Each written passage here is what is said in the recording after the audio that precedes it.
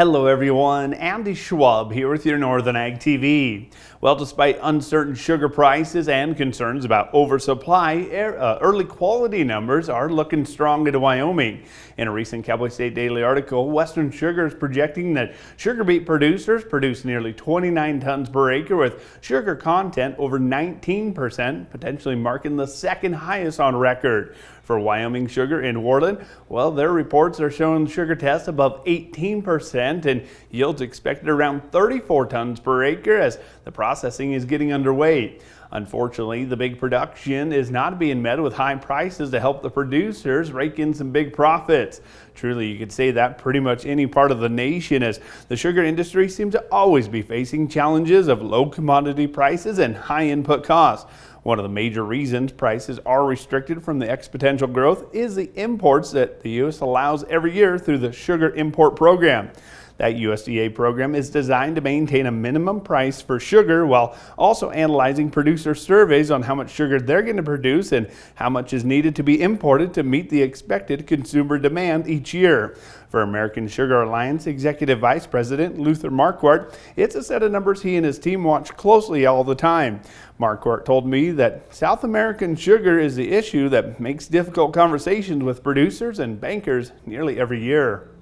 We've got too much Brazilian sugar in here, and we got to find a way to stop that. When you start getting into different tariff authorities, it gets complicated, but we're working with the administration to figure out how we solve this problem. We've got to get market prices back up. Our growers are losing money.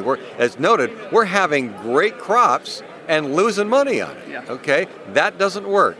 You sit across from the banker in the wintertime and going, that doesn't work. So we've got to get this fixed.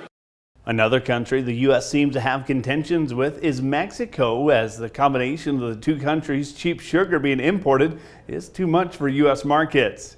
We brought anti-dumping and countervail duties against them. We won. And the good news is those just got renewed for another 5 years. But we have suspension agreements, and what that means is we're going to suspend the duties, but the United States is going to tell Mexico how much they can bring and what minimum prices they can sell it for. All right, so that helps balance the market. But because of the Brazilian sugar coming in, when you bring that in on top of what we're getting from Mexico, it's too much sugar in the market.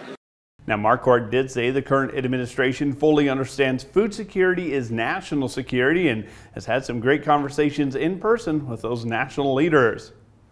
Deputy Secretary Vaden came to the Sugar Alliance Symposium in Michigan in August, listened to farmers, listened to our processors, and he gets it. And he understands the pressures that we're under, and it made it very clear is that if you're going to have good food security, which is national security, you've got to have essential commodities like sugar produced here in this country.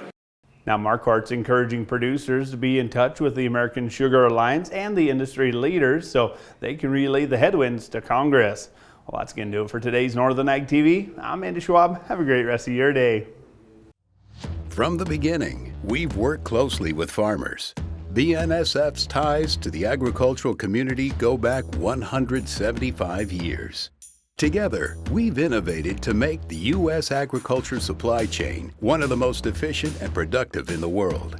Our strong relationship powers BNSF still today and helps us move the nation like no one else can.